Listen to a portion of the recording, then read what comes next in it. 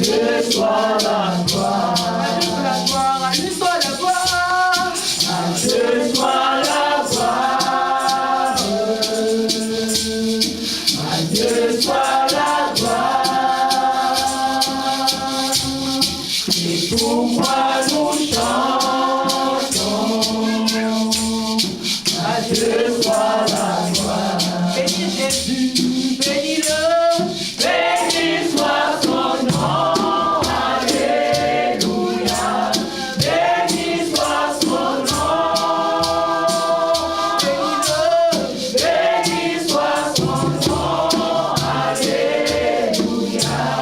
À Dieu soit la gloire. Bénis-le. Bénis Emmanuel. Béni soit son nom. Alléluia.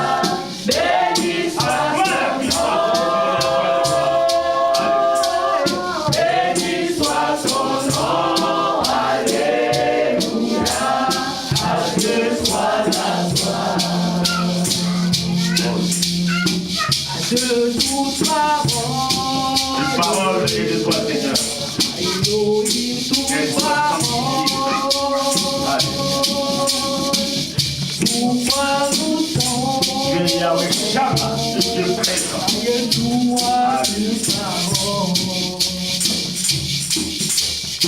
À Dieu toute parole. Arafa toute parole. Pourquoi nous chantons Adonai toute parole. Bénis-le, bénis-le. Béni soit son nom. Alléluia. Béni soit son nom. Béni soit son nom. Alléluia. À Dieu soit la gloire. Bénis-le, bénis-le. Béni soit son nom. Alléluia. Béni soit son nom. Alléluia. Béni soit son nom. Alléluia. À Dieu soit la gloire. À Dieu soit victoire. Merci dans ta bonté. De toute victoire. Et pourquoi nous chantons à Jésus-Christ toute victoire. Prends le contrôle de ce moment, Seigneur. À Dieu toute victoire. Toute victoire est de toi, Seigneur. À Elohim toute victoire. Et pourquoi nous chantons à Adonai toute victoire. Bénis-le, bénis-le. Béni soit son nom. Alléluia. Béni soit son nom. Alléluia. Béni soit son nom. Alléluia. À Dieu soit la gloire.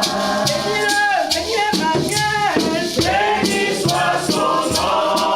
Alléluia. Béni soit son nom. Oh, béni soit son nom. Alléluia. À Dieu soit la gloire. À Dieu soit la gloire. À Dieu soit la gloire. Seigneur, nous nous effaçons, nous te laissons la première place. Que la gloire te revienne, toi qui es plein d'amour, toi qui nous aimes, toi qui nous pardonnes. Béni soit ton nom. Église, Amen. Amen. Amen. Amen. Nous allons maintenant prendre notre Bible et nous allons dans le livre des Actes des Apôtres. Actes des Apôtres. Nous prenons nos Bibles. Actes des Apôtres. Actes des Apôtres, chapitre 3. Actes des Apôtres, chapitre 3.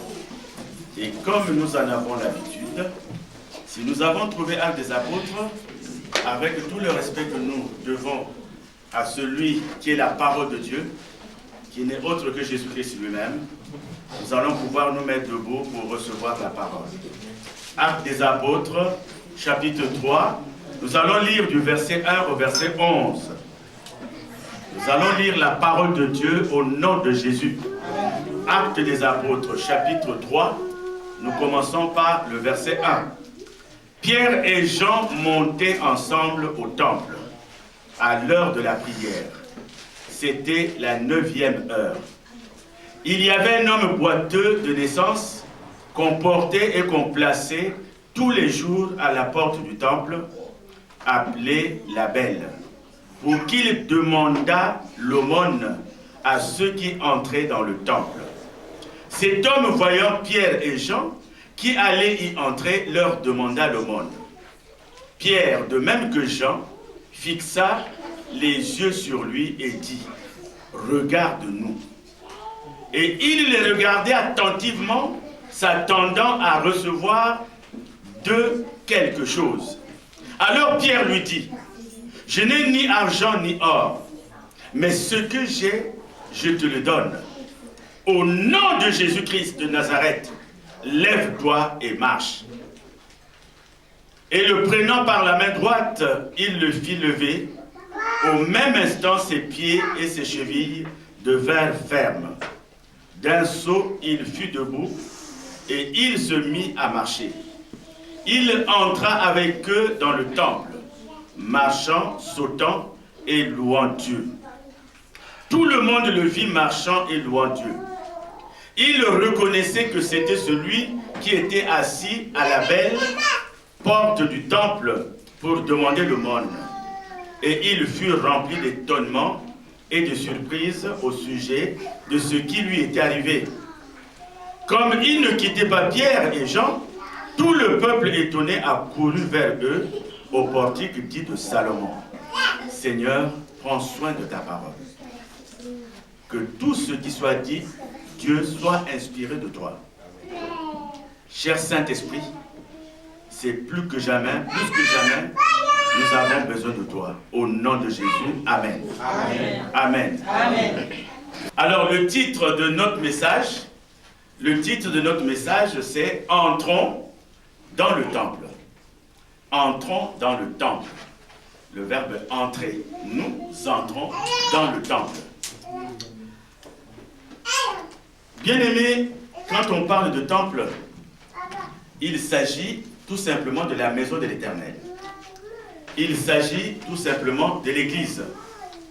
Il s'agit du lieu qui semble être le plus approprié pour être en contact de Dieu. C'est l'endroit le plus indiqué, le mieux indiqué, où l'on peut rentrer en contact avec Dieu. C'est l'endroit, en tout cas, où réside l'Esprit de Dieu. Et c'est d'ailleurs pour cela que lorsqu'on demande à chacun de nous, nous ne cessons de dire « Je suis dans la joie » quand on me dit « Allons à la maison de l'Éternel ». Donc quand on quitte sa maison, c'est avec joie. Et même si l'on arrivait à l'église fatigué, même si l'on arrivait à l'église avec une certaine contradiction, mais en repartant, on doit avoir la joie. Parce que l'église, c'est l'endroit de paix. L'église, c'est l'endroit de joie. L'église, c'est l'endroit où ceux qui aiment Jésus-Christ se retrouvent pour communier ensemble. Donc c'est un endroit magnifique. Un endroit magnifique, magnifique, magnifique, magnifique. Parce que quand je vais à l'église, c'est là que je fais 3 rencontres. À l'église, je fais 3 rencontres. Donc une triple rencontre. La première rencontre, c'est avec moi-même. Parce que je vais à l'église pour me laisser découvrir par Dieu. Pour me laisser regarder tel que je suis. Avec mes richesses. Avec mes richesses. Avec mes faiblesses. Avec mes pauvretés. Donc je vais à l'église tel que je suis. Je suis riche, financièrement, matériellement, mais aussi moralement et spirituellement. Donc je vais avec toutes ces richesses. Je suis en même temps pauvre. Pauvre, financièrement, matériellement, spirituellement, bien sûr aussi, moralement. Donc je vais tel que je suis et l'église me reçoit parce qu'à l'église, je me découvre. C'est l'église qui justifie mon témoignage. C'est l'église qui fait de moi quelqu'un qui pourra témoigner. Parce que j'y vais, non pas en touriste, mais j'y vais pour me rencontrer avec moi-même. La deuxième rencontre que je fais à l'église, c'est la rencontre avec Dieu. Car quand je vais à l'église, je me fais envelopper, en tout cas, dans un visage d'amour. Quand j'arrive à l'église, quand j'entre à l'église, je me laisse envelopper par un visage d'amour. Parce que la Bible nous dit que Dieu est amour. Donc quand je vais à l'église, je me laisse transporter par la parole. Je me laisse transporter par la parole parce que la parole, c'est notre nourriture. Une nourriture que l'on peut consommer sans modération. Et d'ailleurs, la Bible nous dit que le ciel et la terre passeront, mais les paroles de Dieu ne passeront jamais. Donc, à l'église, je vais aussi rencontrer les saints. Les saints, ce sont tout simplement vous et moi, les chrétiens que nous sommes. Donc, je vais à l'église pour communier avec mes frères, pour échanger avec mes frères. Je vais donc à la rencontre des saints. Parce que quand on parle de l'assemblée de saints, il s'agit de l'église. Alors, c'est pour cela que le livre des apôtres nous parle ici, à partir du verset 2, d'un homme boiteux de naissance. Cet homme boiteux, on le portait et on le plaçait tous les jours. Donc, quand il est porté, cela peut être assimilé à cette parole que tu adresses à ton voisin, à ton ami, à ton collègue de travail. Tu lui dis tout simplement, Jésus t'aime. C'est cette parole que tu dis à une sœur, ma sœur, moi j'ai trouvé celui dont on avait parlé, celui dont on disait qu'il devait venir, celui dont les Écritures avaient parlé. J'ai trouvé Jésus de Nazareth. Si tu peux venir partager l'amour, si tu peux venir partager les bénédictions que Jésus-Christ me donne. C'est ce qu'on appelle l'évangélisation. Donc quand on va à l'église, on ne consomme pas ce repas qui s'appelle la parole seul. On aimerait bien la partager avec ceux qui ne l'ont jamais goûté. Alors on fait ce qu'on appelle de l'évangélisation. Parce que si on n'en parle pas autour de soi, on est égoïste. Moi j'ai trouvé quelque chose de bien. C'est comme Philippe, quand Philippe dit, on a trouvé celui dont on avait parlé. Et lorsque Nathanaël vient, il lui dit, mais est-ce qu'on peut trouver quelque chose de bien? Est-ce qu'il peut venir quelque chose de bien de Nazareth? Il lui dit, viens et vois. Viens et vois.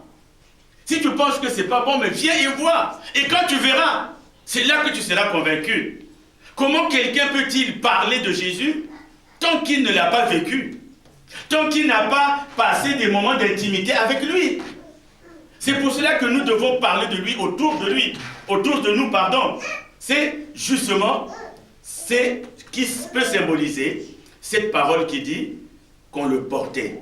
C'est-à-dire on l'avait évangélisé, on le portait. On le portait vers l'église. On le portait vers l'église. Mais nous y reviendrons. Nous allons voir si la manière de le porter et la manière de le placer était une bonne manière. Ça, nous verrons. Mais ce que nous allons tout simplement retenir ici, que cet homme va à l'église, mais il n'entre pas dans l'église. Il n'entre pas dans l'église, il se met devant la porte. Donc c'est quelqu'un, au fait, qui ne partage pas l'adoration que nous venons de vivre. C'est quelqu'un qui ne partage pas la parole que nous sommes en train d'écouter. Parce qu'il reste devant la porte. Et nous allons y revenir. On l'a bien évangélisé. On lui a bien dit de venir. On lui a bien dit de rentrer en contact avec Jésus. Mais quand il arrive, il se met devant la porte. Pourquoi? Pour faire son business. Parce qu'il est dans le business. Et nous y reviendrons, il est dans le business. Il va certes, mais il n'entre pas dedans. Et quand il n'entre pas dedans, il ne peut pas découvrir la beauté, la bonté, l'amour de Christ. Nous y reviendrons. Et cet homme donc n'aura pas vécu, n'aura pas expérimenté la puissance de la parole. Il n'aura pas expérimenté. Mais quand on lui parle, quand on lui adresse la parole, il est guéri. Nous allons voir pourquoi est-il guéri. Donc c'est pour cela que nous allons essayer d'examiner trois petits points. Le premier point, c'est l'évangélisation et la porte de l'Église. Il y a une porte, on évangélise, et la Bible nous dit qu'on le dépose devant la porte. Donc ça, c'est le premier point. Le deuxième point, nous allons voir la disposition du cœur. Nous allons voir la disposition du cœur qui permet ici la faisabilité, qui permet ici le pouvoir, qui permet ici la puissance de guérir. Donc, tout part de la disposition du cœur. Cet homme ne connaît pas Jésus, mais comme il a un cœur disposé, il ouvre droit quand même à la bénédiction. Donc, c'est le deuxième point. Le troisième point, la Bible nous dit que cet homme est en train de louer. Donc, ce qu'on appelle la reconnaissance. Nous allons voir donc la reconnaissance. Et vers la fin, vous allez voir que les gens vont accourir vers cet homme. Les gens vont accourir vers Pierre et Jean. Donc, tout cela, nous allons appeler cela, toujours dans le même ordre d'idée, c'est-à-dire dans le troisième point, reconnaissance, nous aurons aussi le témoignage. Voilà, donc le premier point, évangélisation et porte. Le deuxième point, disposition du cœur et faisabilité du miracle par la parole de Dieu. Et troisièmement, la reconnaissance et le témoignage de cet homme. Alors l'évangélisation, le premier point. L'évangélisation est la porte. Quand nous voyons ici, cet homme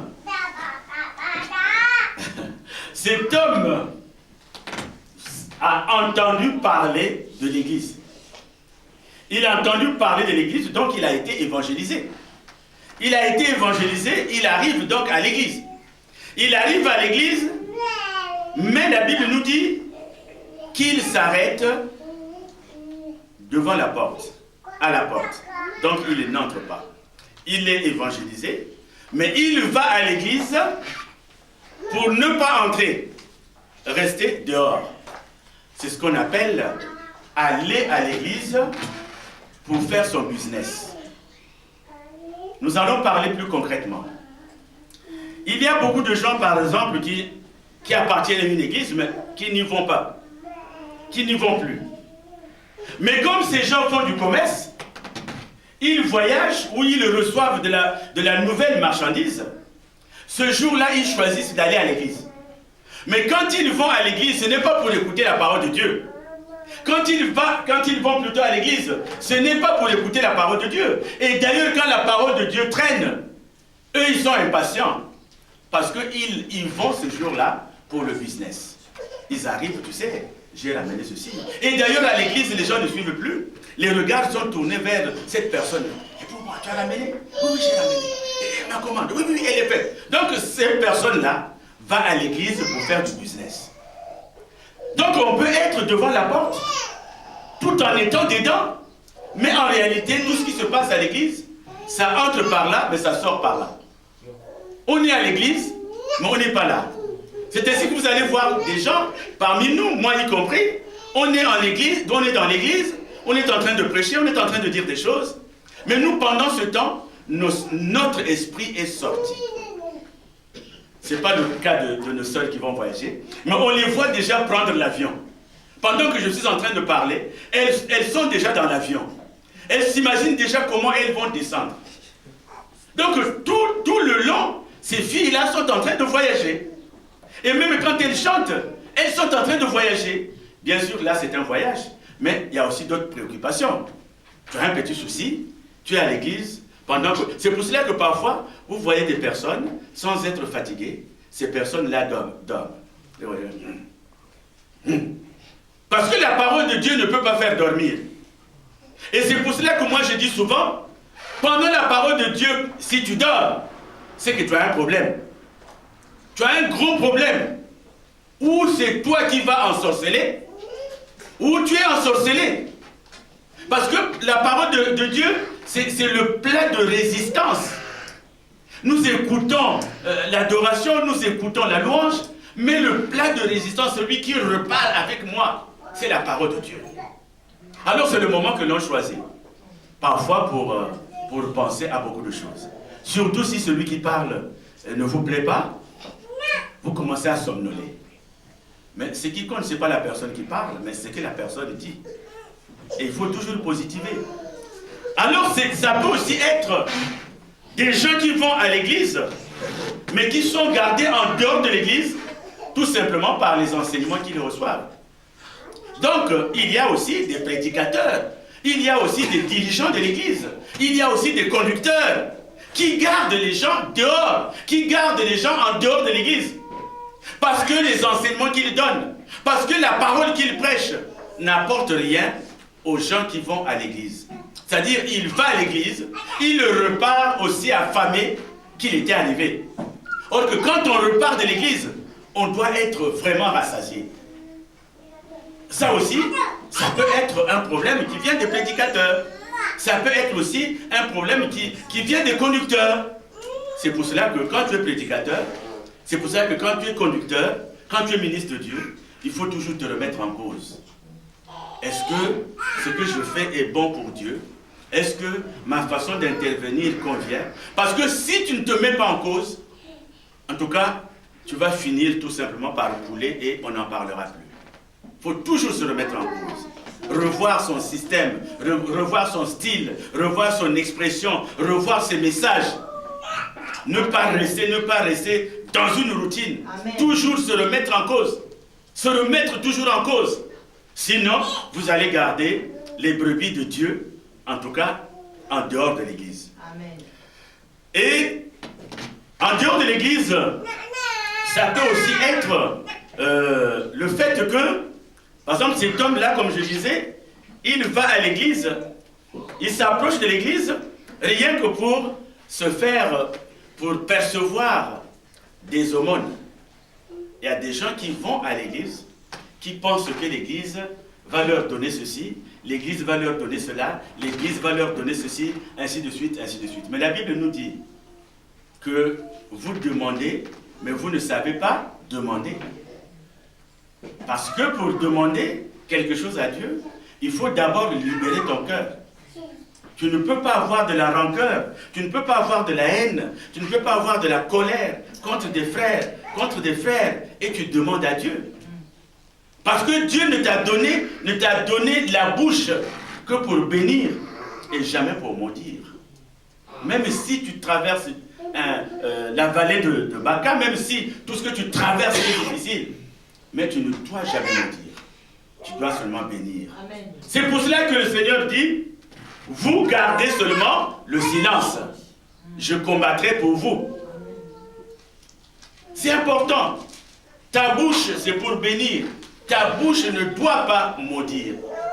Comment peux-tu maudire quelqu'un qui a été formé à l'image de Dieu? Quelqu'un qui a été formé à la ressemblance de Dieu? Non, tu ne peux que bénir. C'est pour ça que la Bible dit, bénissez tous ceux qui vous haïssent. Bénissez ceux qui vous maudissent. Vous restez dans la bénédiction. Sinon, tu fais du business, tu te retrouves dehors. Et si quelqu'un peut rapidement me trouver Matthieu 28, parce que Dieu nous donne un message dans Matthieu 28, verset 19-20. Il nous donne une mission. Cette mission-là, nous devons l'accomplir. Donc, Matthieu 28, verset 19-20, il y a une mission qui est là, et cette mission revient à chacun de nous. Toi qui connais Jésus, tu dois exécuter cette mission. Est-ce que quelqu'un a trouvé, il peut lire rapidement? Oui, évangéliste Manu. Matthieu 28, chapitre 19. Nous lisons la parole au nom de Jésus. Allez, faites de toutes les nations des disciples, les baptisant au nom du Père, du Fils et du Saint-Esprit. Et enseignez-leur à observer tout ce que je vous ai prescrit. Et voici, je suis avec vous tous les jours jusqu'à la fin du monde. Amen. Donc c'est une mission. Chaque enfant de Dieu doit remplir cette mission. Aller vers. Vous allez pour faire des disciples. Ne soyons pas égoïstes. Nous devons évangéliser. Nous devons parler de Jésus-Christ dans notre lieu de travail. Nous devons parler de Jésus-Christ dans nos promenades. Nous devons parler de Jésus-Christ dans notre panier. Nous devons parler de Jésus-Christ partout et en tout lieu. Il n'y a pas un endroit qui est choisi pour parler de Jésus-Christ. Tu es dans le train, tu parles de Jésus-Christ. Tu es en train de faire des courses en grande surface. Tu parles de Jésus-Christ. Tu es au marché, tu parles de Jésus-Christ. C'est une mission. Nous devons faire de tous des disciples. Et c'est important.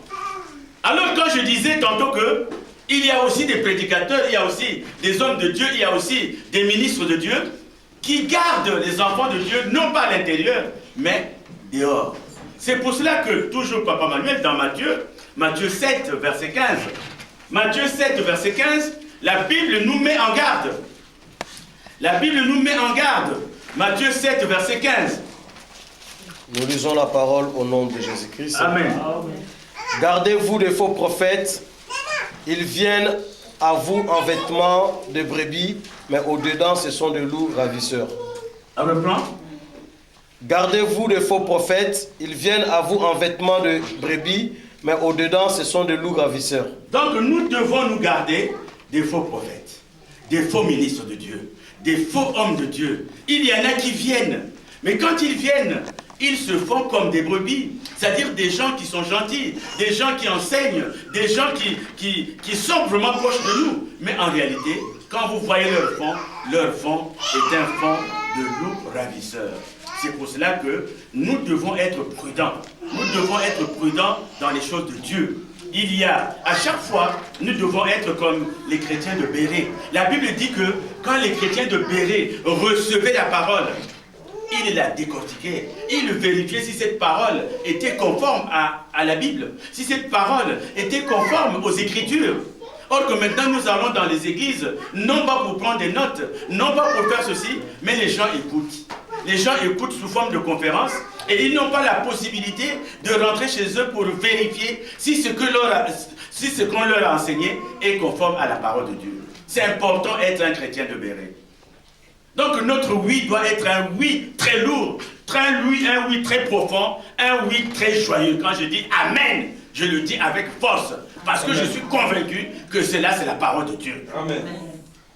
Alléluia. Amen. Nous allons pouvoir continuer. Donc, c'est cela,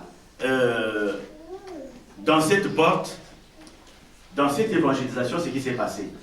Cet homme est venu, on l'a porté. La Bible ne nous dit pas combien de gens le portaient. La Bible ne nous dit pas combien de gens le portaient. On vient, on le dépose. Et ce qui est important, la Bible qui parle de cet homme ne nous dit pas son nom. On ne nous dit pas son nom. On ne nous dit pas son origine. On ne dit pas qu'il est de tel pays. On ne nous dit pas, on ne nous donne pas sa situation socio-professionnelle. On ne sait pas s'il est ministre, s'il est maçon, s'il est menuisier. On ne donne pas sa situation professionnelle. On ne donne pas la pigmentation de sa peau. C'est-à-dire on ne donne pas la couleur de sa peau. Mais on dit seulement un homme. Alors cet homme peut être moi ou peut être toi. C'est pour cela que la Bible nous dit un homme. Cette situation peut être la nôtre, elle peut être celle de nos frères et sœurs. C'est pour cela que la Bible ne donne pas le nom, on ne dit pas, on ne sait pas il est de quel village, il est de quelle ville, on ne nous dit pas quel âge il avait, on ne nous dit pas quelle est la couleur de sa peau, quelle est la pigmentation de sa peau, on nous dit seulement que c'est un homme. Alors, c'est important. C'est pour cela que le Seigneur nous avertit. Parce que quand on t'amène à l'église, par quelle porte tu dois entrer à l'église? Tu dois entrer par quelle porte? Parce que la Bible nous parle de deux portes. Il y a une qui est très étroite et il y a une qui est très large, qui est très grande. Allons, Papa Manuel, dans Matthieu, toujours 7, verset 13-14. Matthieu 7, verset 13-14.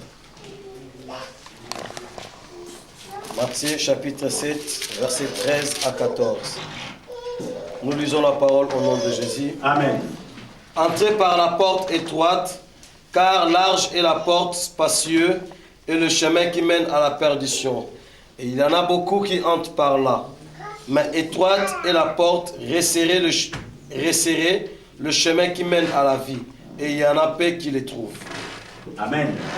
Il y a deux chemins. Il y a un chemin qui est très rétréci, qui est tout petit. Parce que ce chemin-là, il a besoin de notre cœur. Ce chemin-là, il a besoin de notre amour. Ce chemin-là, il a besoin de notre pardon. C'est un chemin pour aimer son frère, pour pouvoir pardonner à son frère, pour pouvoir tout effacer dans sa vie. En tout cas, c'est difficile. Il y a même des personnes qui disent « moi, jamais je ne pardonnerai ». C'est pour cela que passer par ce chemin qui est étroit, c'est très difficile. C'est justement le chemin du chrétien. C'est le chemin de celui qui a accepté Jésus-Christ comme Seigneur et Sauveur. Parce que si l'apôtre Paul dit « soyez mes imitateurs », mais il dit « comme je le suis de Jésus-Christ ». C'est que nous devons être imitateurs de Jésus-Christ. Le pardon doit être dans notre bouche. Mais le plus souvent, nous restons, c'est-à-dire fermes dans certaines décisions. C'est qu'on n'a pas encore rencontré le vrai Jésus. On n'a pas encore rencontré le vrai Jésus. Et c'est là justement la porte qui doit nous conduire à rencontrer le vrai Jésus. Oui, j'ai souvent donné l'exemple de deux amis. Deux amis qui se sont aimés pendant 30 ans. C'était des hommes, ils se fréquentaient, ils allaient dans les boîtes de nuit, ils draguaient les femmes, ils faisaient tout ce qu'il fallait, ils volaient dans les grandes surfaces. Ils se battaient, ils se bagarraient par-ci par-là. Pendant 30 ans. Et puis un jour, l'un d'eux va rencontrer Jésus, il entend parler de Jésus. Il entend parler de Jésus, il est scandalisé. Il revoit sa vie. En tout cas, la parole qu'il écoute va le dépouiller. Il est entièrement dépouillé. Et quand il rentre auprès de son ami, il dit « Ah, j'ai rencontré quelqu'un, je ne te dis pas. » Et l'ami qui dit « Alors, mais raconte, comment elle est ?»« Non, ce n'est pas une fille. »« Mais dis-moi, attends, comment elle est cette grossesse-là? Comment elle est? »« Non, ce n'est pas une fille. » Quoi, elle est très belle, elle a des parents riches. Je te dis que ce n'est pas une fille. Donc il était bouleversé. Il n'allait plus dans les boîtes. C'est-à-dire il se regardait à travers une glace. Il était dépouillé entièrement. Alors son ami lui dit, mais attends, accouche, vas-y. Il s'agit de qui exactement? C'est la fille qu'on avait vue derrière. Je dis, c'est pas une fille. Et quand il va lui dire, non mais, j'ai rencontré l'homme de Galilée. Il dit qui? Jésus? Oh, mais moi je le connais depuis 20 ans. Et son ami lui dira, mais, tu connais Jésus depuis 20 ans. Depuis 20 ans, toi et moi, on trichait dans le train.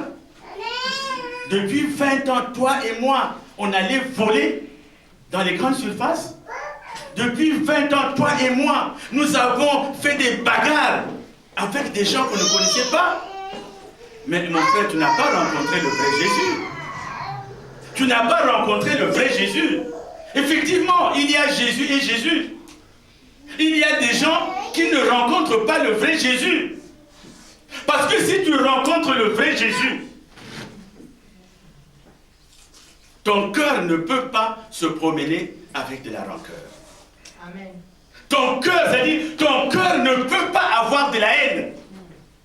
Même si on te dit aujourd'hui qu'on a dit que tu as volé, on a dit que tu as fait ceci, mais toi, quand tu sais que tu ne l'as pas fait, tu ne te reproches de rien.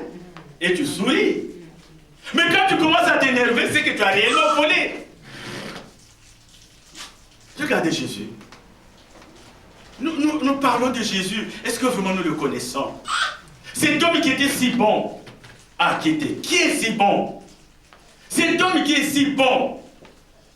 Il ne cachait rien à ses disciples, il se promenait avec eux.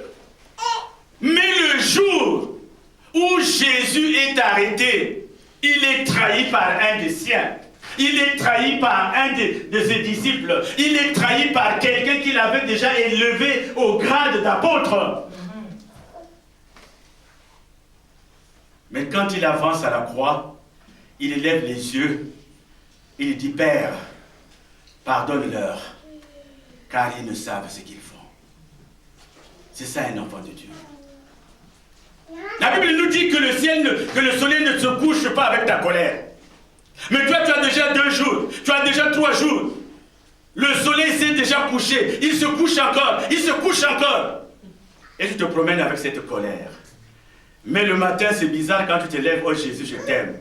Comment peux-tu aimer Jésus et tu es incapable de pardonner à ton frère? Même si tu as fait du mal. Quel est ce mal-là qui ne s'efface pas? Quelle est cette haine que tu portes sur ton frère qui ne s'efface pas? Non. Donc cet homme-là n'a pas rencontré le vrai Jésus. Parce que s'il avait rencontré le vrai Jésus, il entrerait. Et celui qui l'a évangélisé, celui qui le portait, il le portait pour l'exploiter. Regardez, lui pendant qu'il est resté devant la porte, il faisait du business. Il devait arriver très tôt. Parce que tous ceux qui entraient dans l'église, ils lui demandaient le monde. Tous ceux qui entraient, ils demandaient le monde. Donc on lui donnait. Donc les gens qui le portaient devaient le porter très tôt. Les gens qui le portaient devaient être les premiers arrivés. Parce qu'il faut qu'il demande à tout le monde. Il faut qu'il demande à tout le monde. Et soyez rassurés qu'à la fin, l'argent qu'il avait reçu était partagé avec ses porteurs. Donc lui au fait, il prenait les offrandes, les aumônes, pour que ceux qui allaient manger à la sortie prennent encore son argent. C'est de l'exploitation. Alors, bien aimés, c'est pour cela que, dans la Bible, cet homme-là était dans le deuxième point dont je veux parler, la disposition du cœur. Cet homme-là avait un cœur disposé. Vous voyez que Pierre et Jean ne prient pas pour lui. Pierre et Jean ne vont pas prier pour lui. Pierre et Jean ne vont pas prier pour cet homme-là. Pourquoi? Parce qu'il a la disposition du cœur. Il lui dit tout simplement, ils vont lui dire, verset 4, Pierre, de même que Jean, fixa les yeux sur lui et dit, regarde-nous. Regarde-nous, verset 4. Et il les regardait attentivement, s'attendant à recevoir d'eux quelque chose. Église, amen. Amen. Ils n'ont pas prié pour lui. Ils n'ont pas dit, tu boites, on va prier pour toi pour que l'Esprit de Dieu vienne en toi et te mette debout. Mais l'homme boiteux avait un cœur disposé. Il avait un cœur disposé. Donc, la faisabilité du miracle de la parole passe par la disposition de notre cœur. Quand ton cœur est disposé, la parole qu'on prononce sur toi, elle s'accomplit à l'instant même. Dans la Bible, nous avons des exemples. Vous avez cette femme dont parle Matthieu 9, 22. La femme dont parle Matthieu 9, 22, la femme qui avait 12 ans de perte de sang. Zachée, le chef des publicains, dans Luc 19, verset 1 à 10. La femme samaritaine, dans Jean 4, verset 7 à 29. Et la femme adultère, Jean 8, verset 3 à 11. Je reprends. La femme malade, 12 ans de perte de sang, Matthieu 9, verset 22. Matthieu 9, verset 22. Zachée, Luc 19, verset 1 à 10. La femme samaritaine, Jean 4, verset 7 à 29. Et la femme adultère, Jean, chapitre 8, verset 3 à 11. Jésus n'a pas prié pour ces gens-là. Pierre non plus et Jean n'ont pas prié pour cet homme. Donc quand la femme samaritaine arrive, Elle est déjà disposée. Elle a un cœur pur. Un cœur qui se dit, si seulement je peux toucher le bord de du vêtement de cet homme. Papa Manuel, tu nous cherches Hébreux 11, verset 1. Si seulement je peux toucher le bord de son vêtement, je serai guéri. Elle est disposée. Et lorsque la femme samaritaine arrive, elle n'a pas la révélation qu'elle a en face d'elle. Celui qui sauve. Elle a en face d'elle l'homme de Galilée. Mais elle lui dit, je ne peux te donner de l'eau parce que tu es juif.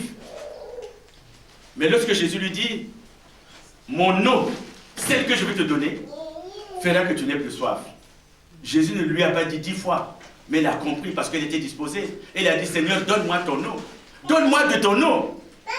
Et quand vous voyez Zachée, Zachée est un homme responsable, c'est un grand responsable. Il est plein d'argent. Alors Zachée, rien que par son humilité, il va monter sur un arbre. Il va monter sur un sycomore. Zachée est disposé. Et lorsque Jésus lui dit, descends, aujourd'hui je vais manger chez toi. Zachée ne pose aucune résistance. Et quand ils vont chez Jésus, c'est lui-même Zachée qui commence à dire, à ceux que j'ai volés, je vais rembourser. À ceux à qui j'ai fait du mal, je vais faire ceci, je vais donner le double, je vais donner le quadruple. Ce qu'on appelle la disposition du cœur. Donc cet homme-là avait un cœur disposé.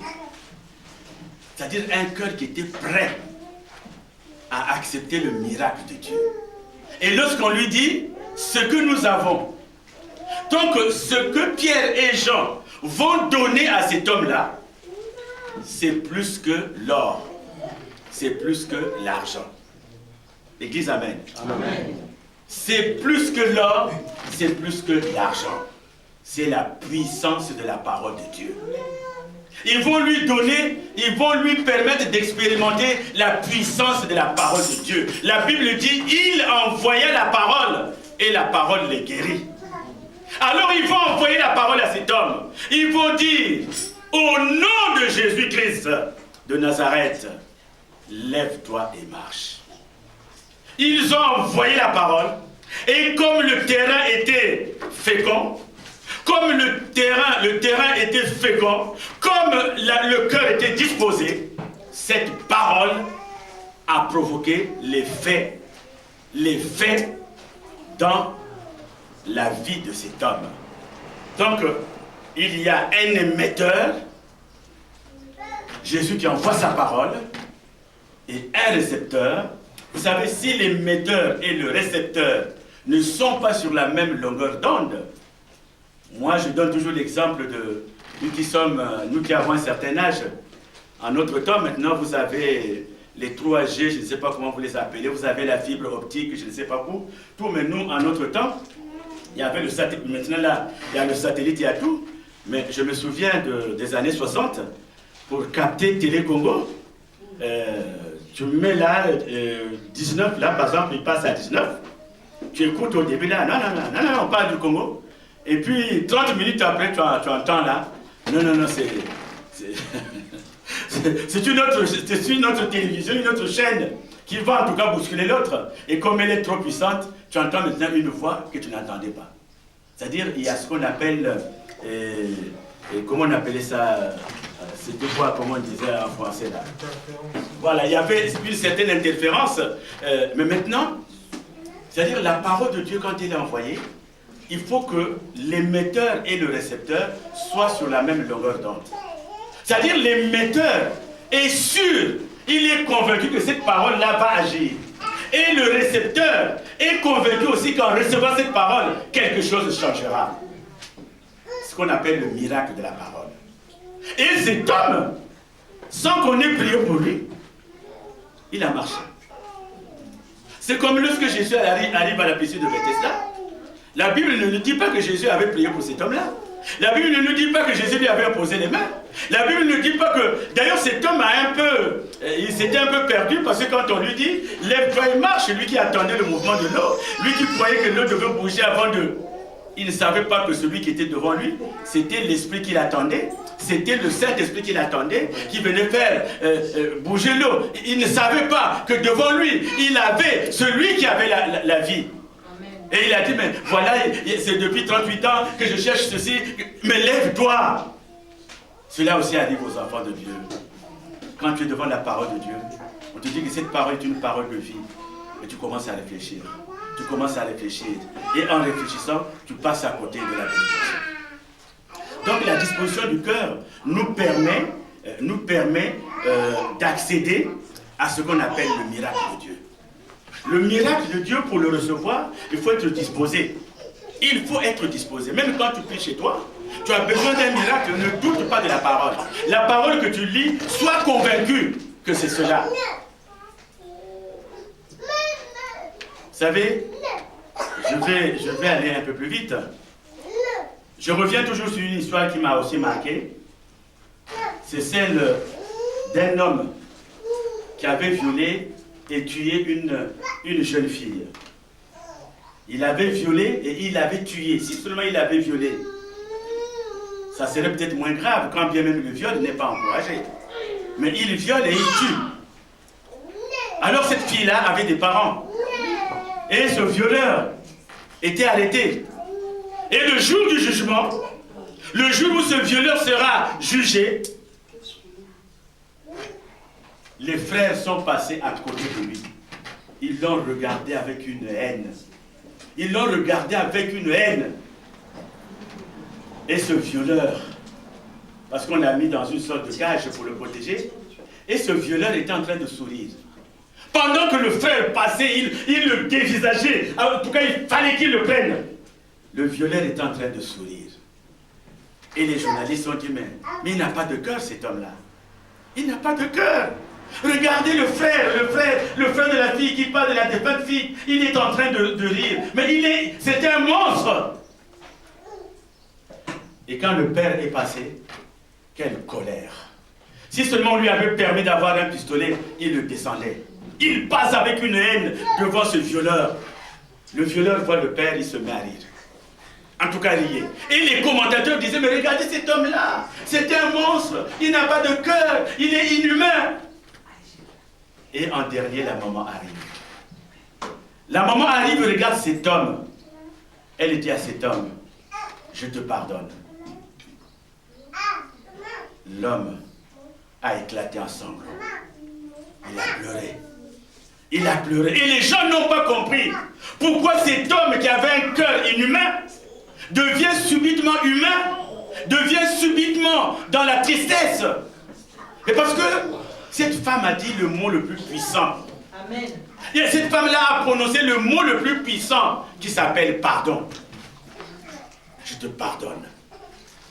Alors l'homme s'est éclaté en sanglots. Personne ne pouvait l'arrêter. Il a pleuré, il a pleuré. L'église, amen. Amen. Bien-aimé, c'est cela qu'on appelle la parole de Dieu. Cet homme-là, ce boiteux qui arrive, il est disposé. Il a un cœur pur. Il a un cœur libéré. Et quand on lui dit, quand on lui donne la parole de Dieu, il se met debout. Et il va marcher. Alors, le troisième point, qui est le dernier point, c'est que cet homme, la Bible nous dit, à partir du verset 8, la Bible nous dit, d'un saut, il fut debout et il se mit à marcher. Il entra avec eux dans le temple, marchant, sautant, il y a le dernier mot qui est là, et louant Dieu. Église, amen. Amen. Il marche, il saute et il loue Dieu. En toutes circonstances, remercions le Seigneur. Amen. En toutes circonstances, remercions le Seigneur. Alors cet homme, le premier geste qu'il a, c'est de louer Dieu. Lui qui n'avait jamais loué Dieu, lui qui s'arrêtait toujours en dehors de l'église, cette fois-ci, il va louer Dieu. Il va louer Dieu. Et quand vous lisez au verset 9, tout le monde le vit marchant et louant Dieu. Il va louer Dieu. N'aie pas honte de louer ton Dieu. N'aie pas honte d'adorer ton Dieu. Déjà le plus grand miracle que tu puisses avoir, c'est te lever le matin. Bien aimé, là, il est midi. Beaucoup de gens sont en train de pleurer. Il est midi. Quand tu comptes l'heure depuis ce matin, et regardez, on nous avait annoncé comment on appelle ça, il devait y avoir quoi, des orages. Regardez comment le Seigneur a transformé la météo en beau temps. Il fait beau dehors. Ça, c'est le miracle de Dieu. Dieu a vu que j'ai mes enfants qui vont me louer. J'ai mes enfants qui vont à l'église. Alors, il a confondu les gens de la météo et regardez, il fait beau. Il fait beau. Il fait beau. Ce matin, nous sommes nombreux à arriver en retard. Parce qu'on se disait, mais peut-être qu'il n'y aura pas église. Non, qu'il pleuve, qu'il neige, qu'il vente, il y aura toujours église. C'est ça l'enfant de Dieu. Donc, bien aimé, cet homme-là loue. Et quand vous lisez au verset 10, il est dit, il reconnaissait que c'était celui qui était assis à la belle porte du temple. Donc, cet homme-là, par le fait de louer Dieu, il a fait ce qu'on appelle la reconnaissance. Aujourd'hui, nous sommes nombreux à ne pas savoir remercier Dieu. Nous sommes nombreux, nous ne savons pas remercier Dieu. Tous les jours, nous sommes des mendiants. Seigneur, donne-moi, donne-moi. Mais ce qu'il t'a déjà donné, est-ce que tu lui as dit merci? Tu as bien mangé, tu t'endors. Aujourd'hui, nous entendons des gens dire, moi, tu sais, j'ai l'habitude de me réveiller à 8h. Hein. À 8h, je me lève, je fais mes ablutions, 8h30, je prends mon petit-déj, vers 9h, je sors. Non, mon frère, tu n'as pas l'habitude, mais tu as la grâce. Parce que le jour où celui qui te donne cette grâce, quand il dira, tu ne te lèveras plus. Michael Jackson, quelqu'un que l'on connaissait, est mort avec beaucoup de projets. Il devait faire beaucoup de spectacles. Il devait faire le tour du monde. Il faisait des répétitions pour pouvoir reprendre, pour pouvoir revenir au niveau. Mais quand celui qui est très haut, quand il a dit à Michael Jackson, c'est terminé, Michael Jackson est parti. Donc c'est une grâce, mon frère. C'est une grâce, ma soeur. Ne dis jamais que j'ai l'habitude. Le jour où celui qui te donne cette grâce, quand il va dire non, tu ne te lèveras plus. Et on viendra te surprendre bien allongé, avec un nez qui ne bougera plus, avec des yeux qui ne parleront plus, avec une bouche qui ne regardera plus. Ça sera la fin. C'est pour cela que il y a des gens qui ont l'habitude de dire, écoute, je serai chez toi à telle heure. Non, si Dieu le veut. Si Dieu me permet, je serai là. Parce qu'en fait, je ne suis pas maître de ma vie. Il y a un plus haut qui guide cette vie. Mais mon frère, le jour où tu quitteras ce monde, tu n'auras pas réglé tous tes comptes. C'est pour ça que ton cœur doit être libre. Ton cœur doit être libre. Amen. Parce que si tu meurs avec beaucoup de comptes à régler, mais tu dis, il y a des gens qui allaient mourir à 9h, mais il revient encore à la vie vers 10h. Parce que le Dieu lui demande de se repentir. Mais comme il a un cœur fermé, il s'endort encore. Les gens disent, non, mais il va encore se réveiller. Et quand tu te réveilles vers 10h30, ah, merci Seigneur, mais il va encore mourir. On lui demande seulement de se repentir. Et vous voyez, au lieu de partir dans la paix, il devait partir ce matin. Ce n'est plus ce matin, cet après-midi. Ce n'est plus cet après-midi, le soir. Ce n'est plus demain, après-demain. Tout simplement parce que son cœur est rempli de péché. Personne ne connaît ni le jour, ni l'heure. Alors sois prêt. Sois prêt. Ne sois pas comme cette fille. Cette fille qui manque de l'huile dans sa lampe. Et quand le mari, quand l'époux arrive, elle n'a pas d'huile. Alors ne sois pas dans cette situation. C'est pour cela que tous les jours, tu dois te regarder. Tous les jours, tu dois t'examiner. Ah, vous savez, si chacun de nous savait le jour de notre départ, moi, personnellement, je ferais une grande fête avant de partir. Mais malheureusement, on n'aura pas le temps de faire la fête. Parce qu'il y a longtemps que j'ai fait de fête. Hein. Si Dieu me dit, tu vas partir tel jour, soyez rassurés que je ferai une grande fête.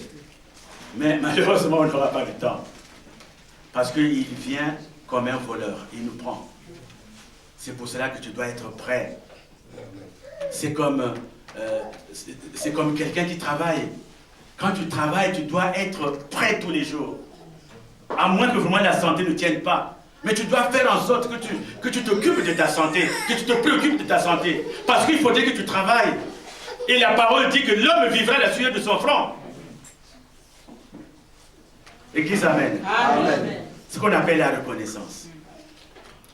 Et au verset 11, à partir du verset 1, 10, les gens reconnaissent. Les gens vont reconnaître que c'est cet homme qui était assis. À partir maintenant du verset 11 nous dit, comme il ne quittait pas Pierre et Jean, tout le peuple étonné a couru vers eux au portique dit de Salomon. C'est-à-dire, aujourd'hui, quand tu as un bon témoignage, les gens accourent auprès de toi. Tu deviens un élément recherché. Mon frère, quel est ton témoignage? Tu parles bien des autres. Tu critiques bien les autres. Tu dénigres bien les autres. Mais toi-même, quel est ton témoignage? Si le Christ revenait aujourd'hui et te demandait quel est ton témoignage, la Bible nous parle d'Ézéchias. Ézéchias, c'est quelqu'un qui avait fait quelque chose de très mal à Dieu. Il avait vendu les choses qui étaient des choses, en tout cas, divines. Alors Dieu l'avait puni. Dieu avait décidé qu'il meure. Et il a envoyé un serviteur pour aller le lui signifier. Quand le serviteur est arrivé, il lui a dit, Ézéchias, c'est la fin. C'est fini, hein, tu vas mourir. Alors fais ta dernière.